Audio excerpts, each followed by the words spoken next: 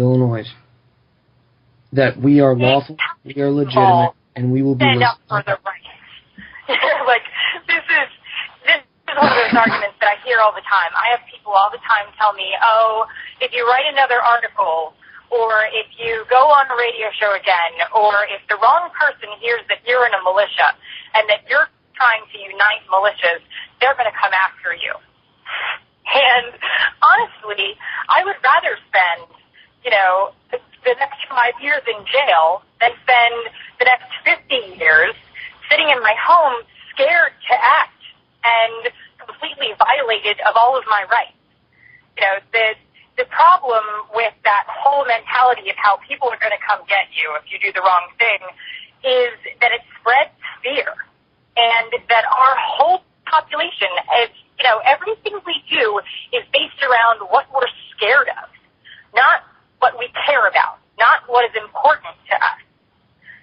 We're so scared that they're going to come do something. And as long as we keep that mentality, we will fail. As long as people do not stand up and say, this is my world, these are my rights, this is my life and my country, then yes, we will fail. And as long as people say, oh, I'm so scared, I can't come to the community meeting because I'm so scared the police are going to come there. I mean, oh my God. I really understand that there are people who have been thrown in prison and have been persecuted. And if you would rather live your life as a coward hiding in a closet for fear of upsetting the government and maybe going to prison, then God bless you. That's not me, and that's not anyone I want standing next to me. We have to change our mentality all around, and we have to make a dedicated effort in our communities, in our daily lives, and be as vocal as we can about doing what is right all of the time, regardless of the consequences. If you don't mind, I'd like to step in there and kind of elaborate on that a little bit more. We can see examples of what happens when people don't stand up and say no. Absolutely. Alexander Solzhenitsyn wrote a book called the Gulag Archipelago, and in there, at the bottom of it, there's a thought that he wrote down as a footnote. And I don't have the book available. I loaned it out to a friend, but to paraphrase it, it basically said how we burned at night in the camps, thinking, what if? What if we had done something when the NKVD came for us in the night? What if we had lain in ambush for them in the stairwells, in the hallways, with pokers, with axes, with hammers, knowing that any skull that we cracked was going to be of an evil man who was out to do no good? Well, they didn't do that. And in fact, in Leningrad, 25% of the city was rounded up, locked up, many of them never seen again. And in fact, estimations are upwards of 100 million people that are dead because of it. Yeah, because they did not stand up. Even in the concentration camps, when people knew, when they were already there in the camps, and they knew they were going to be killed, they outnumbered every guard by probably 100 to 1 at least. And their fear killed them.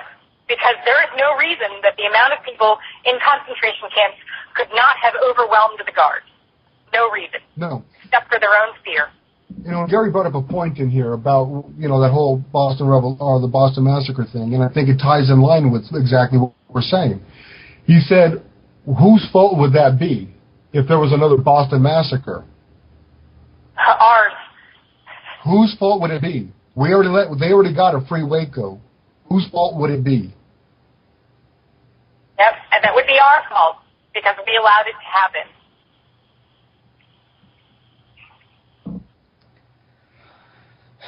We have a huge lack of empowerment as a country, as individuals, and that's part of what Committees of Safety does. Is it empowers communities, thus it empowers the individuals in those communities. But the majority of the problems that we have with our government are because we tolerated it, because we said, oh, we can't do anything, they'll come arrest us, or we can't try anything because it won't work. Everything that is wrong is our fault because we let it happen. Exactly. You know what the sad thing is that we have been cowed by cowards ourselves. These politicians, they make laws, gun bans and, weapon limits, and they come for us. But they don't come for us themselves. They steal our freedoms, and they do it from the security of locked doors and marbled halls. They send a goon squad after us because they themselves do not have the courage. They do not have the spine or the fortitude to come and take our weapons themselves personally. And we have let a group of cowards enslave us. That is a sad thing. That is truly sad when you think about it. That guy next door to you that would never have the courage to come take your gun from you or to come into your house and steal your children himself personally or herself is doing that very thing because as they go to work that day, they enact legislation to do that themselves and have their goon squad come do it. And that's the sad thing. They are cowards themselves. We don't need to make the cops fear us. We need to make them fear us. They are not unattainable. They live in our communities. We can go have a chat with them and say, hey, you are going to stop. Absolutely. And until we start doing that, there's no reason for them to stop. No, and in fact, Bertrand Russell had said, and actually George Bernard Shaw, two of the founders of the Fabian Society, both of them were heavily involved in creating the socialist revolution in Russia and throughout the world, in fact. I mean, everything that we have is coming from guys like this. They said that the enslavement that they're going to bring, it would not have to be enforced. It would not have to be brought about through massive massacres and everything, that we would submit willingly. And we're almost to that point. We're almost, another 10 years, and we'll just probably, as a culture, submit to whatever they say. We've gotten so weak and so tolerant, and we lack integrity so much that we don't have much longer, that we'll actually have the capabilities to take care of ourselves and stand up for ourselves. Because everyone in our country will be so brainwashed to believe that they have to be protected by our government and have to be protected from ourselves. Not only that, but I was watching a video recently in France. It was on the news. It was a newscast from their mainstream media. And apparently in France, throughout France, there is over 751 areas of France, communities within cities, that have basically been taken over by other people, by immigrant groups. Most of them are Muslims. Some are other nationalities and other groups and things like that. But they have become basically no man's land. The police won't go in there. The paramedics refuse to go in there. They are that dangerous. And that's happening here in our own country as well. We have La Raza. We have Azatlan. We have all of these organizations out there that say they're going to take our country. They're openly engaging in training with weapons in their own little militias with the government's knowledge, but our militia are the ones that are attacked. We have these problems in our own country, and this purpose of self-defense is for many different reasons. Literally, our country, like you had mentioned, in 10 years, it'll be gone. We won't exist anymore.